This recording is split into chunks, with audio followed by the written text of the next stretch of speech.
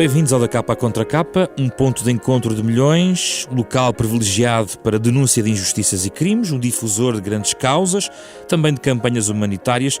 A verdade é que as redes sociais e o novo mundo digital puseram a descoberto também outras questões e outros debates. É também um local eventual de difamação, notícias falsas, propaganda política perigosa. Esta semana falamos das redes sociais, no Da Capa à Contra Capa, o impacto na sociedade e uma eventual ameaça à democracia, num programa com os nossos convidados, o consultor de comunicação João Villa-Lobos e o criativo da TVI Miguel Somsen, que já agora é também uma estrela de uma rede social com os seus posts assinados como MC Somsen. Com eles vamos falar sobre redes sociais neste programa.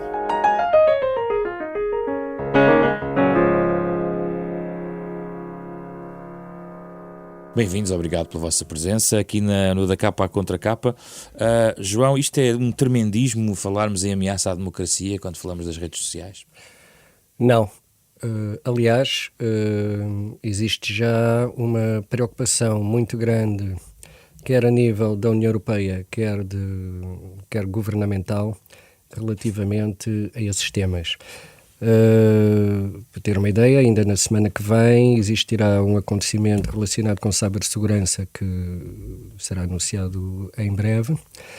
E ainda recentemente, numa conferência sobre fake news organizada pela agência Lusa, foram distribuída informação em que 83% dos europeus pensam que as fake news são uma ameaça à democracia e 73% estão preocupadas com a desinformação online neste período pré-eleitoral. Mas uma coisa são as redes sociais, em particular, outra coisa são os canais online de média tradicionais. Ou nesse aspecto junta-se tudo no mesmo caldo? A preocupação maior tem a ver com a interferência que existe nos canais online, embora com o imediatismo com que os próprios órgãos de comunicação social, chamemos tradicionais, muitas vezes são obrigados a funcionar, recepcionando informação e colocando-a online antes de um determinado processo de verificação, pode acontecer que existam, e acontece algumas vezes, que existam informações não verificadas a serem divulgadas por plataformas que não as redes sociais. Qual é a sua ideia sobre esse tema, Miguel?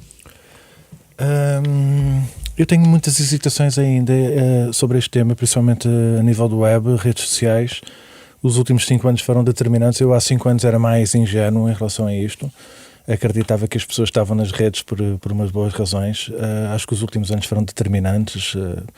A eleição do presidente das redes sociais, o Obama, como se dizia, a influência que Trump pode ter tido também a este nível. Ainda esta semana, tanto eu como o João vimos um filme sobre o Brexit em que determinava exatamente de que forma é que lateralmente se conseguia influenciar uma votação, um referendo que fosse preciso fazer a pessoas que poderiam estar mal informadas. Portanto, eu neste momento sou muito mais céptico. Eu sempre me desentendi com o João em relação a estas matérias, mas eu agora... Estou mais de acordo. Estamos mais de acordo. Já agora, qual era o desacordo? O desacordo era principalmente a nível de tendência esquerda e direita, creio eu. Mas a verdade é que eu sou muito populista e o João é muito menos. Eu estou sempre do lado do utente, do utilizador, e tento perceber exatamente como é que as pessoas reagem em casa, como é que reagem às notícias. O João é um insider. O João profissionalmente está muito mais apto para saber exatamente quem são os emissores e de que forma é que os emissores se poderão disfarçar para enviar as notícias ou criar as fake news. Eu tento trabalhar um bocadinho mais a interpretação e gosto muito de trabalhar a interpretação, porque eu às vezes até gosto de fazer essa gente de provocação, não divulgando a fake news, evidentemente, já caí às vezes em esparrelas de divulgar coisas que não seriam verdade, e mesmo esses posts eu deixei-os publicados para dizer às pessoas, eu enganei-me aqui, mas isto tem que ficar aqui, porque para a história... Uma espécie de pedagogia sim, nas eu redes. acho extremamente importante, e eu gosto acima de tudo de levar um bocado as pessoas a pensar, porque eu gosto também de estar a pensar nestas coisas. Portanto, eu recebo a informação de outro sítio, tento divulgar a informação à minha maneira, mas gosto muito de provocar as pessoas e gostaria de ensinar as pessoas também a ler, seja nas redes sociais, seja em jornais. E agora estão mais próximos porquê? Porque o Miguel se aproximou do João? Sim, sem dúvida, sim. Eu tornei-me um bocadinho mais céptico também, sempre como o João foi. Embora o João sorria muito, a verdade é que ele sempre foi mais céptico em relação a isso e sabia exatamente o que é que estava a falar. Então, eu João, sou menos profissional da comunicação, sou mais profissional, talvez, ou profissional amador, neste caso, das redes sociais, sem dúvida nenhuma. Há todo um procedimento que se funciona para as diferentes redes sociais que tem a ver com o que chamam a economia da atenção. Isto é, a atenção é um bem escasso, essa atenção tem que ser captada e depois de ser captada, os algoritmos funcionam criando aquilo a que chamam câmaras de eco, ou seja, os filtros dos algoritmos e os procedimentos associados fazem com que nós tenhamos tendência para ver aquilo que valida a nossa própria opinião. Porquê? Porque cada like, cada partilha, por sua vez, depois provoca nas pessoas um efeito através da dopamina, que é o efeito de recompensa. E, portanto, cada vez que nós temos um reconhecimento vindo por uma terceira parte, relativamente àquilo que é nosso, seja um post, seja uma opinião, o que for, isso provoca em nós um efeito de satisfação que tem em si um efeito de dependência também criado. E, portanto, todas estas redes, as principais, inclusive também o próprio Google, funcionam fazendo com que tudo seja montado de maneira a que captem a maior parte possível da nossa atenção e que essas câmaras de eco exerçam, digamos assim, esse efeito. João, mas nos últimos 2 anos, talvez até no último ano, o foco virou-se para o criador dessa estrutura. Ou seja, o foco está mais direcionado do que nunca sobre pessoas como Zuckerberg e outros em relação às suas próprias responsabilidades na rede que construíram, não é? Porque isso é uma tecnologia que alguém construiu, não caiu da árvore. Sim, quer dizer, o Facebook tem vindo nos últimos tempos a ser muito atacado por procedimentos que eles dizem agora estar a retificar, mas isso não invalida que ainda muito recentemente 2 ex-vice-presidentes do Facebook tenham vindo a público e em entrevistas denunciar e nomeadamente expor aquilo que eu disse há pouco. Mas é uma alteração que vai demorar ainda muito a ter os seus efeitos. Para nós termos uma ideia sobre números que a própria Fundação Francisco Manuel dos Santos, que é parceira deste programa, divulgou no final de 2017, quando houve um debate sobre redes sociais patrocinado pela Fundação, dos 4,9 milhões de utilizadores das redes sociais em Portugal, 4,7 milhões recorrem ao Facebook, e 76% usam, portanto, vamos dizer, quase 8 pessoas em 10 fazem-no através do smartphone. E, portanto, voltamos à questão do imediatismo, por um lado, não é? Da forma como se acede, da atenção com que se acedem a esses conteúdos, e depois do tal fenómeno da recompensa, digamos assim. Portanto, a pessoa vai, faz likes, recebe likes, etc. Já agora também numa infografia divulgada na altura, basta à inteligência artificial que está por detrás ver 300 likes para saber mais sobre nós do que o nosso próprio cônjuge. Portanto, isto já diz alguma coisa. Miguel, a ideia de uma regulação, alguém que anda a policiar, coisa que em termos daquilo que conhecemos da internet até chegarmos às redes sociais nunca existiu, propriamente a polícia da internet, mas a ideia de uma regulação sobre as redes sociais faz sentido? De que forma? Regulando o quê? Os emissores ou os receptores? Ou os conteúdos, sobretudo. Ou a resposta será a autorregulação e nas mãos de que o criador da criatura... Não, nós gostaríamos sempre que houvesse a autorregulação e que houvesse o bom senso e que houvesse o civismo e tudo. Sabemos que isso já foi, não é? Não há hipótese. Esse barco já partiu. A partir do momento em que se fala da democracia da internet e das redes sociais, evidentemente toda a gente tem que estar incluída. A partir do momento em que toda a gente tem que estar incluída, não há nada que a gente possa fazer em relação a isso. Os problemas da democracia eram precisamente esses. Neste momento todas as pessoas estão no Facebook e todas as pessoas exprimem no Facebook. Isto leva-nos um bocadinho a pensar se aquilo que lemos, exatamente o que é que nos interessa, de que forma é que podemos influenciar estas pessoas ou não, e se podemos ganhar eleições ou não, e se podemos vender o nosso produto ou não. É um processo imparável, Miguel? Eu acho que é um processo que terá tendência a piorar, provavelmente. Sim. A nível de controle, eu acho que será muito difícil regulamentar este processo. Creio que foi já há 5 ou 6 anos que eu fui pela primeira vez bloqueado pelo Facebook, que era uma coisa absolutamente nova. Vi-me obrigado até a mudar de perfil do Facebook. Ninguém imaginava que viesse a haver uma censura no Facebook. Lá está. Apenas por causa de uma fotografia de nudez que podia ser artística, o que quer que fosse, a Vênus de Milo, o que quer que fosse.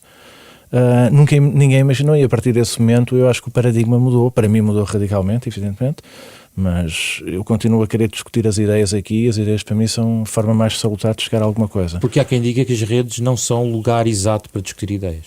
Eu acho que são ótimos para discutir ideias. Antigamente não sei exatamente onde é que as pessoas se exprimiam. Iam para as caixas de reações dos jornais, escreviam para os jornais, o que é que faziam? Pregões e declarações do Blitz, onde as pessoas tentavam a primeira rede social que a gente se lembra. Sim, é não verdade. é? É incrível, falava-se uns com os outros. Eu acho Agora o Miguel puxou bastante atrás a bobina. Completamente, sim. Eu acho que todos nós somos um bocadinho mundanos e queremos, era aquilo que o João estava a falar, desta necessidade de termos a reação dos likes e tudo isto. Isto é absolutamente legítimo e nós temos muita dificuldade em enfrentar esta necessidade da aceitação e do que é unânime. Eu não gosto necessariamente da aceitação e do que é unânime porque isso não me leva a pensar muito, anestesia-me muito o pensamento. Portanto, eu gosto que as pessoas me provoquem, da mesma forma eu tento provocar as outras pessoas. Não sei se o consigo fazer ou não, mas a aceitação é uma coisa que me assusta muito. Mas reconheço perfeitamente esse vício biológico que existe em nós. É um lugar de debate, um debate equilibrado, ou há um desequilíbrio estrutural nas redes que contamina a qualidade do debate que se faz numa rede social sobre qualquer tipo de assunto? Bom, eu acho que é nítido que a forma como se faz o debate em algumas das redes é dicotómico, não é? Portanto, uns de um lado, outros do outro, e cada um reduzindo a argumentação ao mínimo denominador comum. Isto é o que faz a maioria, independentemente de haver casos em que isso é explorado de outra forma. Mas gostava também aqui de dizer que não é só a interferência e portanto, a forma como nós acedemos à informação já não é exclusivamente através daquilo que é uma rede social, chamemos-lhe pura, mas, por exemplo, neste momento através do WhatsApp, que é uma plataforma que contamina cada vez mais o nosso dia-a-dia, no sentido em que, quando nós recebemos mensagem, não sabemos exatamente aquilo que é. Pode ser uma coisa pessoal, mas também pode ser uma coisa profissional, é cada vez mais usada.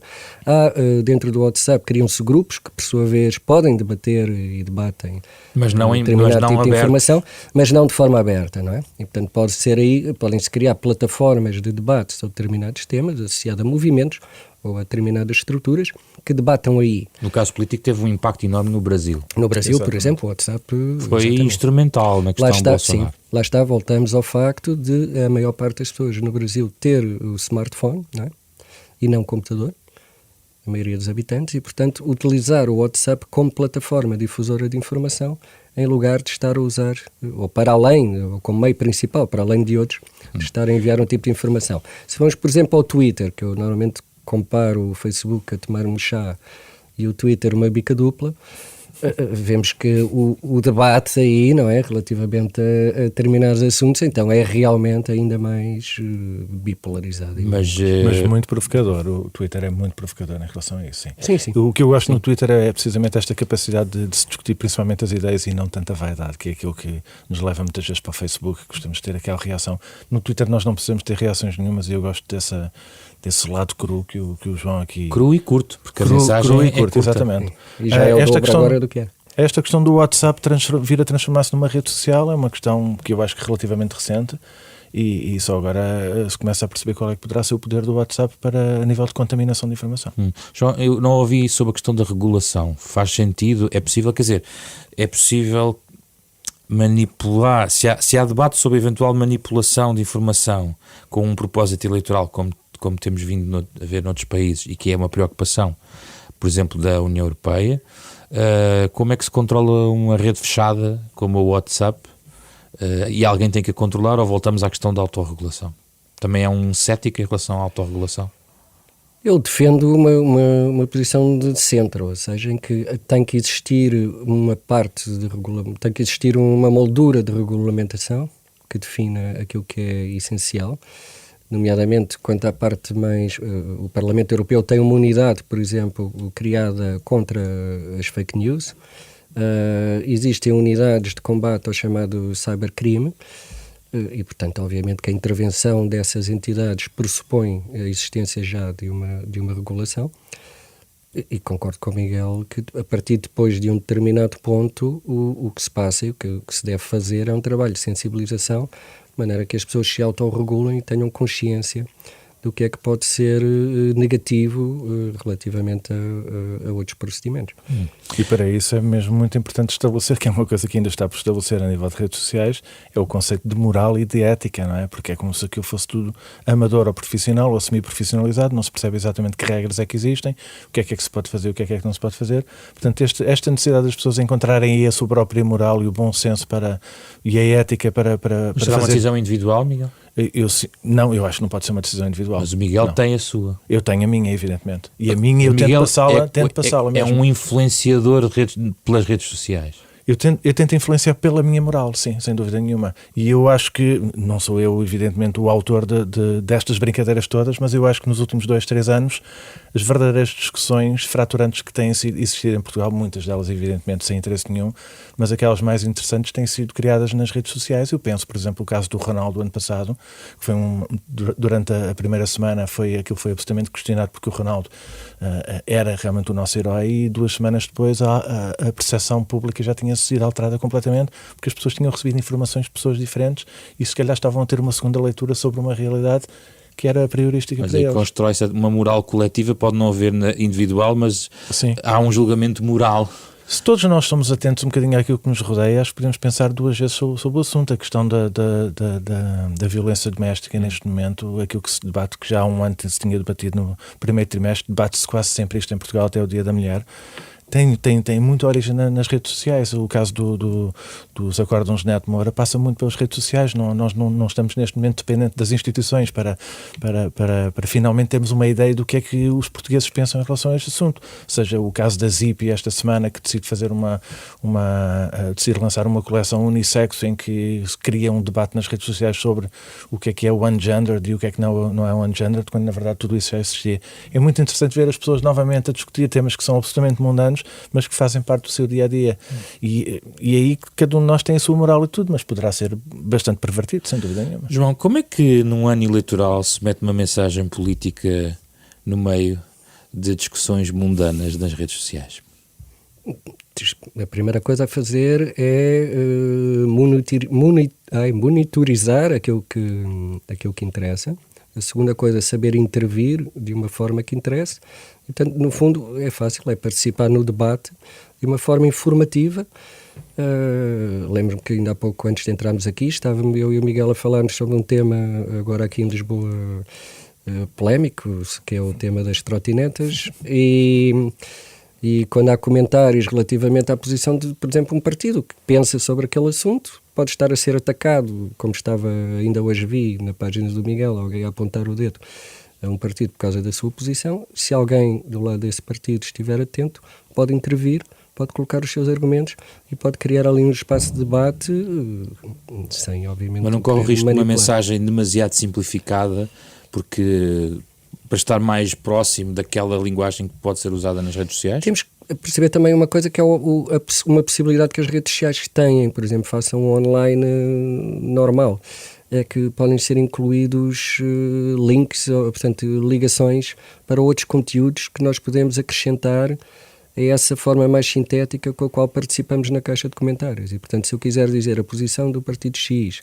sobre esse assunto está aqui, coloco um link e depois digo, relativamente a esses argumentos, o mais importante é este, na nossa opinião. E depois alguém intervém e diz, mas eu tenho uma opinião diferente porque está bem, mas... E depois dar a colação não quer dizer que seja tudo enfiado, não é? Ali naquela caixa de comentários. Pode-se remeter para outros sítios. Relatórios, notícias, etc.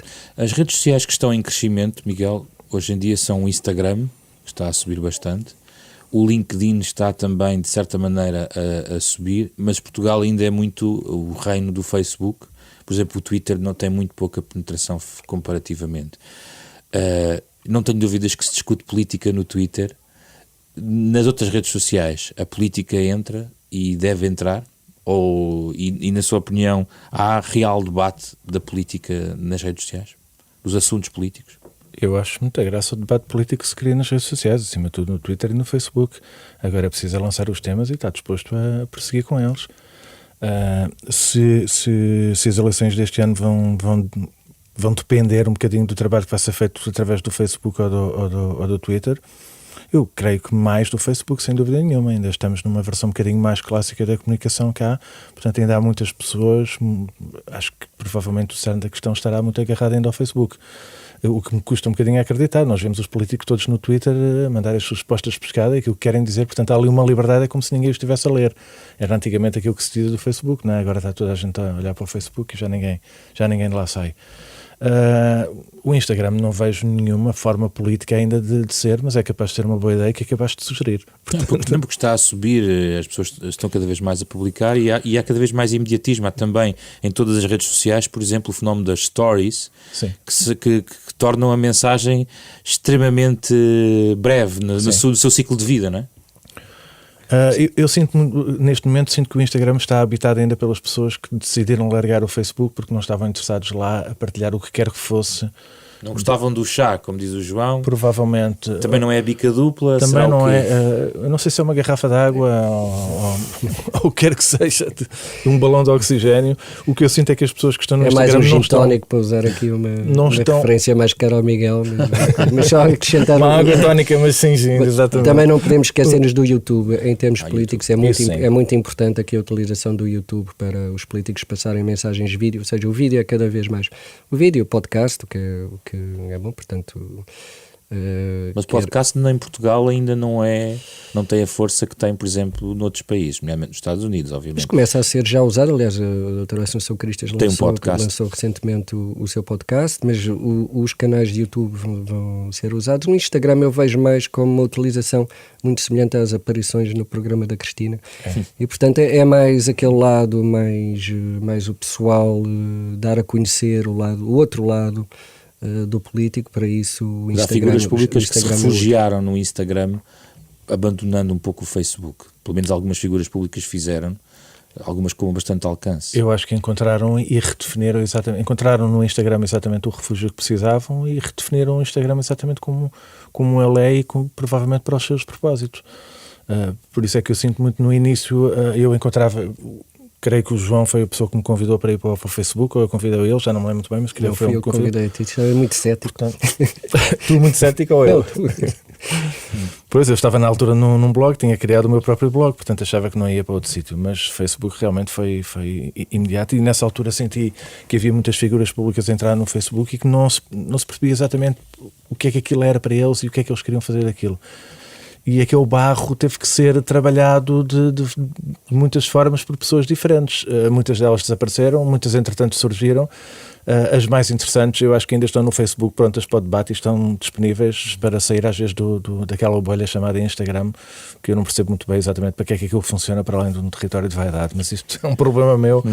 Duas questões finais. Uma tem a ver com o jornalismo e os médias tradicionais e as redes sociais. João Villa-Lobos, a migração em curso nos principais órgãos de comunicação social, estou a falar de Portugal, muito desenvolvida noutros grandes órgãos de comunicação social estrangeiros, depois os resultados podemos debater, mas parece-lhe que é por tentativa e erro, quer dizer, estão a pesquisar e a tentar transpor a marca para essas redes sociais, e como é que isso se casa, mais uma vez, com a questão da fiabilidade da informação, que é uma queixa crescente dos utilizadores. Sim, o Facebook, aliás, quando mudou as suas regras recentemente, redefiniu e fez com que os meios de comunicação percebessem que aquela plataforma não era deles e, portanto, não podem estar dependentes, em termos de audiências, de uma entidade terceira poder a qualquer momento redefinir a forma como as pessoas podem ou não aceder. Agora, tendências... Há novas a surgir, agora o caso da Apple, lançou o Miguel Esteves Cardoso, aliás, falava nisso num dos seus últimos artigos. Foi uma das notícias dos últimos dias, de facto. Sim, exatamente, o agregador de revistas e de jornais através do modelo de assinatura, no fundo, sendo que aquilo que eu acredito é que os meios de comunicação devem apostar cada vez mais em terem sites onde consigam, nesses sites, ter uma funcionalidade semelhante ao das redes do ponto de vista da participação e, ao mesmo tempo, recorrerem de uma forma ao audiovisual, de uma forma que cá ainda estamos um pouco distantes. Dou o exemplo do New York Times, do ponto de vista da integração do vídeo. Sim, mas as pessoas consomem informação sobretudo ainda das redes sociais, quer dizer, o site hoje em dia até comparando nas métricas em relação a visualizações que pode ter um vídeo no YouTube até no Facebook, são métricas cada vez mais relevantes até nas redações em relação àquilo que é colocado online. Sim, mas podem mudar a qualquer momento. Ou seja, o órgão de comunicação social não pode estar dependente de haver uma alteração em que, por exemplo, um dia o Facebook diga: nós agora vamos passar a ter uma emissão própria de notícias dentro da plataforma e, portanto, todos os meios estranhos ao Facebook vão passar a ter mais dificuldade de acesso ou menos visibilidade porque o algoritmo mudou, etc, etc.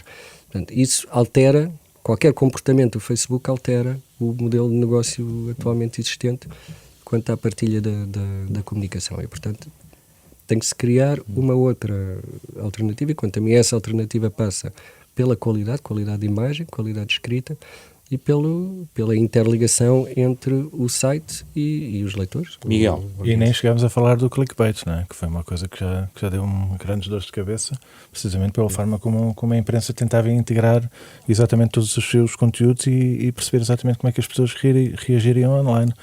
Quer dizer, a perversão que se criou através do clickbait foi uma coisa que deu a volta à cabeça e eu criei uma página anti-clickbait Portugal há 2 anos e tudo, acabei por desistir, mas gostaria de pensar que lancei aí uma semente de sensibilização nas pessoas, mas eu vejo agora que se calhar devia reativar essa página para continuar a dizer às pessoas que estejam atentos ao clickbait sistemático daquele que nós consideramos a imprensa séria.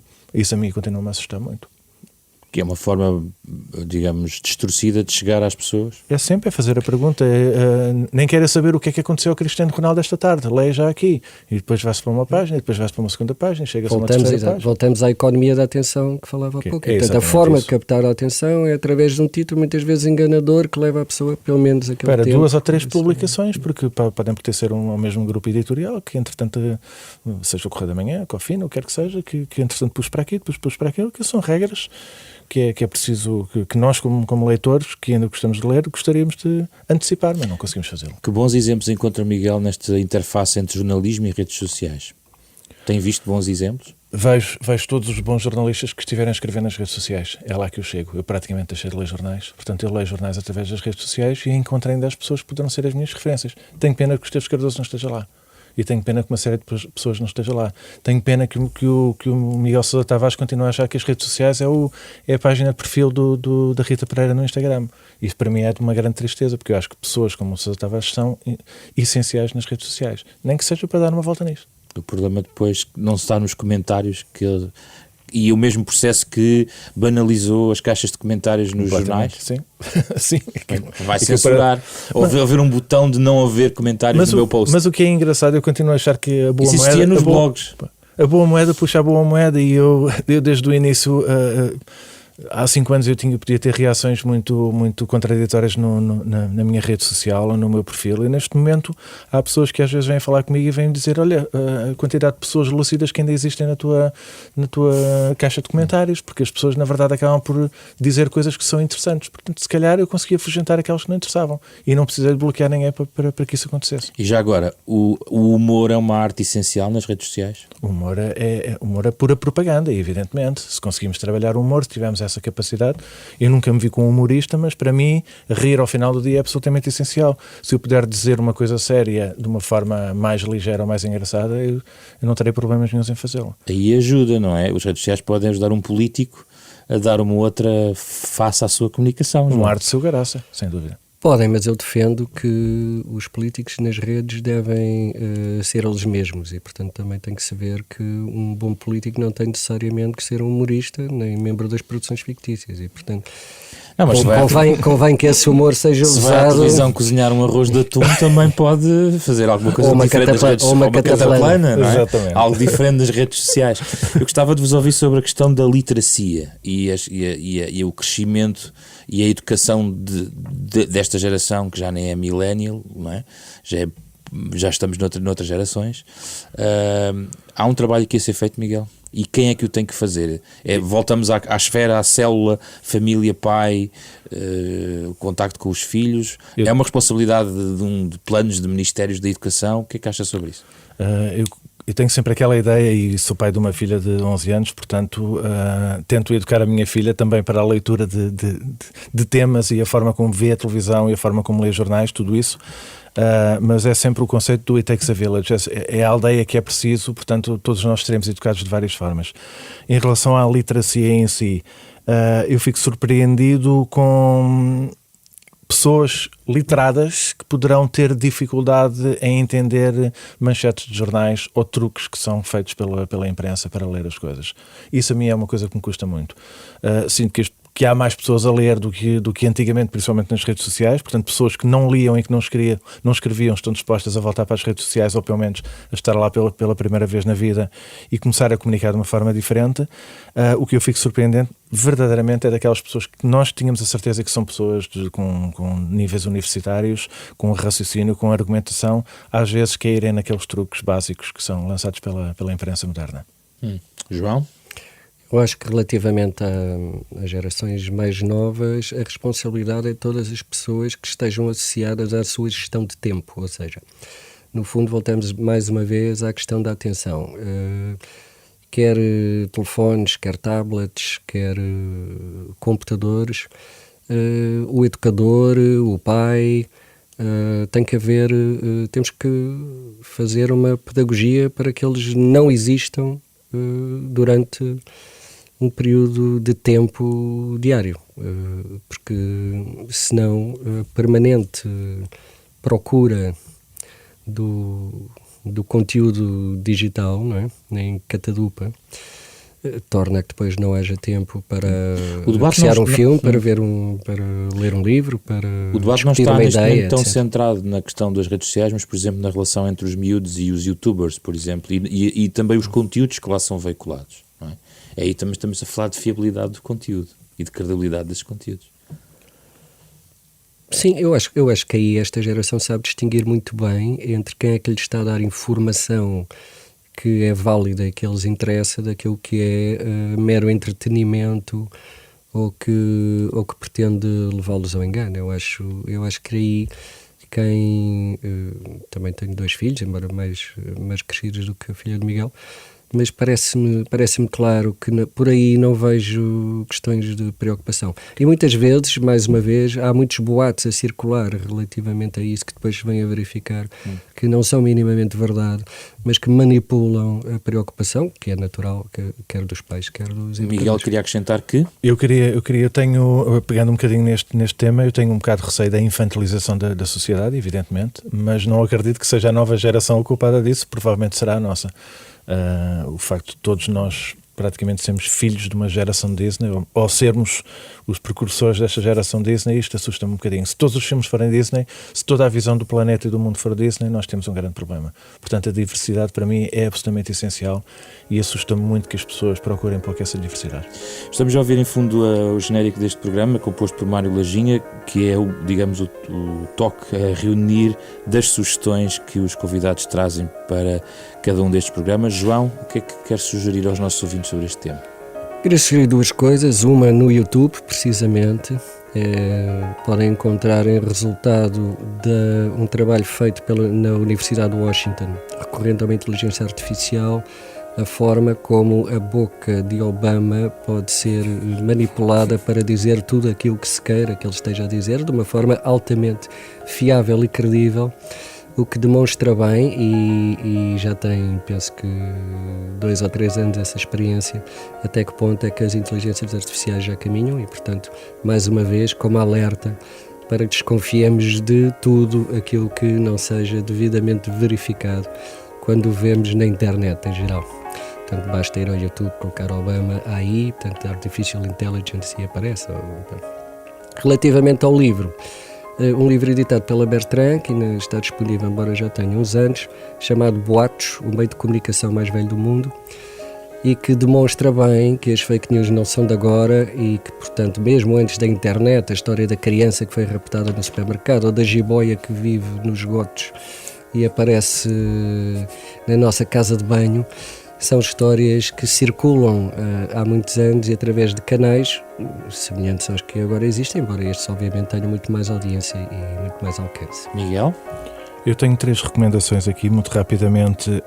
Sugiro que as pessoas vejam o documentário da Maddie, porque é importante ver o documentário da Maddie para perceber um bocadinho da história, de que forma a história foi contada, de que forma a história pode ser sempre reinterpretada e, acima de tudo, porque provavelmente daqui a 100 anos, para quem estiver vivo nessa altura, perceber vamos levar ainda... com a Maddie daqui a 100 anos. Eu acho que sim, isto é verdadeiramente a história do século.